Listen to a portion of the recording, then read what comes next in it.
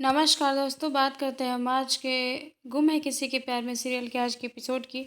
तो आज के एपिसोड की शुरुआत होती है ईशान, शांतनु और उनके फैमिली यानी अक्का साहब द्वारा।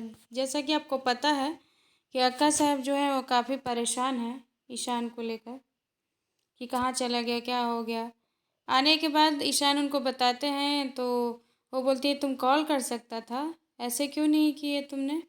तो फिर ईशान बोले कि अक्का साहब मेरा फ़ोन गाड़ी में छूट गया था और जो सभी का फ़ोन है वो उसका बाबा के पास चार्जर छूट गया था, इस वजह से कॉल नहीं कर पाए। और ये सब सुनकर ये हंसती हैं, लेकिन ये जो है डिप्रेशन में काफ़ी आ जाती हैं। ये देखिए, ये सब सुन के गुस्सा आ जाती हैं। बहुत उन लोगों के बीच वार्तालाप होता है, ये देखिए।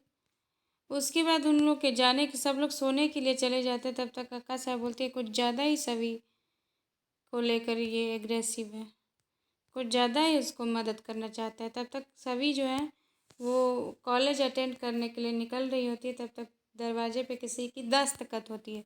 वो सोचती है कि शुक्ला जी होंगे शायद, क्योंकि वो बोले थे कि मैं आ रहा हूँ, तुम्हारा रूम का और अरेंजमेंट करना है तो मैं आ रहा हूँ। तो वो जाती है, खोलती है, देखती है तो अक्का साहब है और वो उनको ताना अक्का साहब अंदर इंटर करते ही बोलती है कि तुमको किसी चीज़ की ज़रूरत हो, कुछ ज़्यादा ही ये देखो, ये बोलती है कुछ ज़्यादा ही ज़रूरत हो तो मुझे कॉल कर सकती हो। ईशान को नहीं, मुझे कॉल कर सकती हो। क्या है ना कि वो डायरेक्टर है, तो उसको एक स्टूडेंट के लिए बार बार ऐसे छोटी मोटी कामों के लिए क्या बोलना है, मुझे कॉल कर लेना। और दूसरा ये बोलती है कि कुछ ज़्यादा ही डेकोरेशन नहीं हो गया है तुम्हारे रूम में, बहुत अच्छा लग रहा है, किसने किया। तो वो बोलती है शुक्ला सर ने। तो ये कहते शुक्ला जी कुछ ज़्यादा ही तुम ध्यान नहीं दे रहे स्टूडेंटों पे, ये तो स्टूडेंट का काम है, तुम्हारा क्या कहना है। बोलते नहीं सर, वो ईशान सर बोले थे उनको मैनेजमेंट के लिए।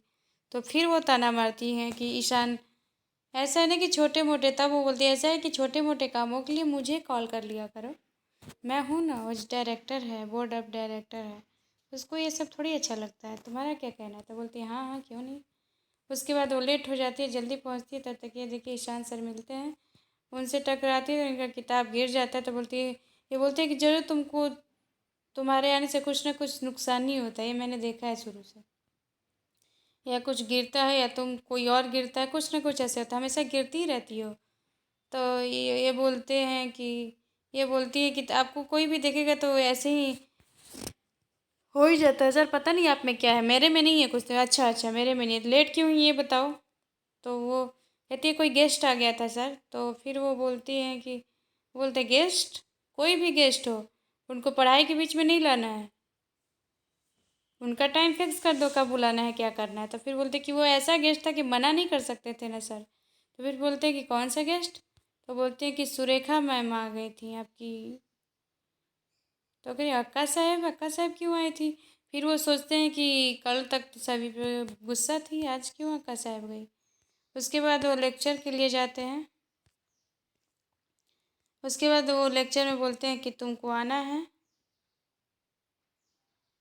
मेरे कैबिन में आओ और मुझे तुम्हारा टेस्ट लेना है। उसके बाद वो जाती है कैबिन में, ये देखिए। उसके बाद उनको टाइम टेबल देते हैं कि ऐसे उठना है, ये करना है, वो करना है, और तुमको यूपीएससी क्रैक करना है तो ये सब करना होगा, ज़रूरी है करना। फिर देखिए वो देखते हैं तो पीछे हट जाते हैं, देखते हैं कि वो पढ़ रही हैं हर जगह। फिर पढ़ते पढ़ते उनको नींद आ जाती है, तो देख के फिर पढ़ने लगती हैं। ये देखिए रात में भी पढ़ते हुए सोती हैं।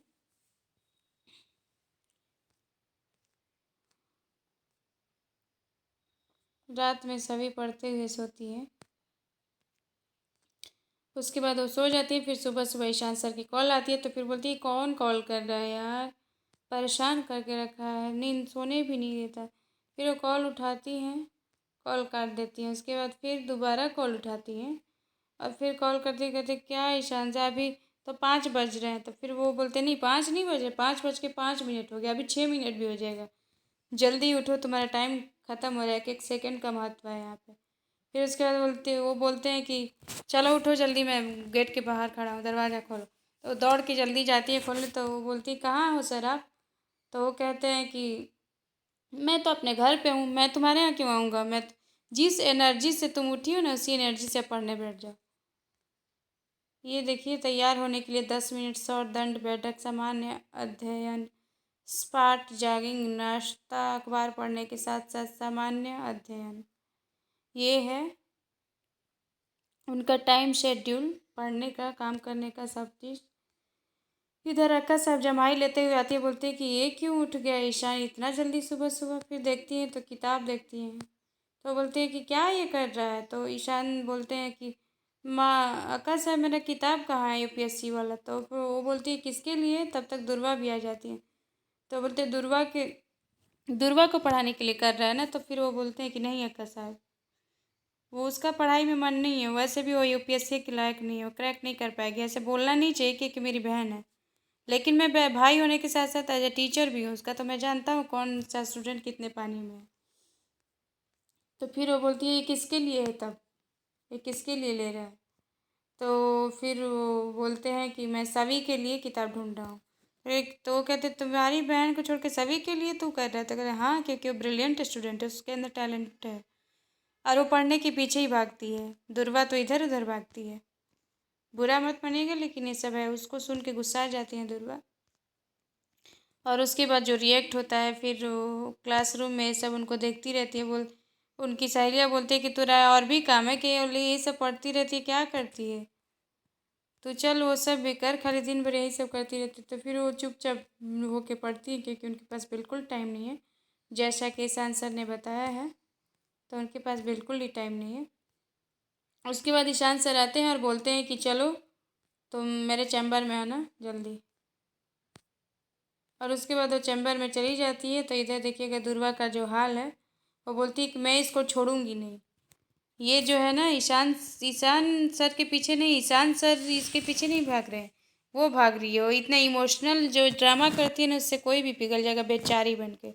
तो मैं इसको बताती हूँ कि इसको ऐसी जगह पे लाऊंगी ना, सोच भी नहीं सकती है, और उनके मन में और कुछ आ भी नहीं सकता है, क्योंकि जो निगेटिव लोग होते हैं ना, हमेशा निगेटिव एनर्जी के साथ पैदा होते हैं, और वैसे ही रहते हैं जब तक कि उनको कोई ठोकर न लगे, या फिर कोई मरते दम तक भी कोई नहीं सुधरता। उसी टाइप की हैं ये दुर्वा हैं, जो सभी से काफ़ी जलन करती है। इसी जलन करने की जगह सोच रही है उनका क्या बिगाड़े, क्या ये कर दे कि वो ऐसी हो, मेरा भाई उस पर ध्यान ना दे, ये सब उनके अंदर है।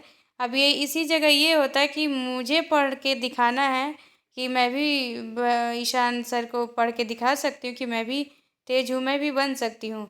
ये टैलेंटेड उनके अंदर टैलेंट रहता तो ऑब्वियसली ईशान मदद करते, क्योंकि ईशान अच्छे व्यक्ति हैं, अच्छे दिल के हैं। चूँकि उनकी माँ भी अच्छी है, तो ऑब्वियसली उनको अच्छा होना ही चाहिए। तो वो अच्छे हैं, और वो ये सब जान के कि दुर्वा के अंदर ये टैलेंट आ गया है, तो वो कभी ऐसा नहीं होने देते जिससे कि दुर्वा का पैर खींचे। लेकिन वो यहाँ पर भी जलन की भावना रख के और उनसे बदला लेना चाह रही हैं। तो इसका जानते ही हैं आप अंजाम, भली भांति क्या हो सकता है, और वो भी ईशान सर क्या दे सकते हैं। और ये देखिए, फिर कल के एपिसोड में एक निर्णय लेंगी, जैसा कि कल भी मैंने बताया था आपको। जो अक्का साहब है, वो शादी दुर्वा के साथ साथ ईशान की ठीक करने वाली है। शांतनु सर बोलते हैं कि ये पूछा है आपने ईशान से कि उसको क्या पसंद है, करना है कि नहीं शादी? तो ये बोलते हैं कि रीवा से ही शादी ठीक करना चाहती हो ना? ये बोलते हैं कौन? उनके अक्का साहब के हस्बैंड, यानी ईशान के ताऊ जी। फिर वो बोलते हैं कि किससे तय करना है? तो ये देखिए, ईशान बोलते हैं सभी से। तो ये देखिए, सभी का फोटो दिखाते, तो देखिए ये सुन के क्या होगा अक्का साहब का निर्णय। तो आज के लिए धन्यवाद। हमारे चैनल को लाइक, सब्सक्राइब, शेयर और कमेंट करना ना भूलें। धन्यवाद।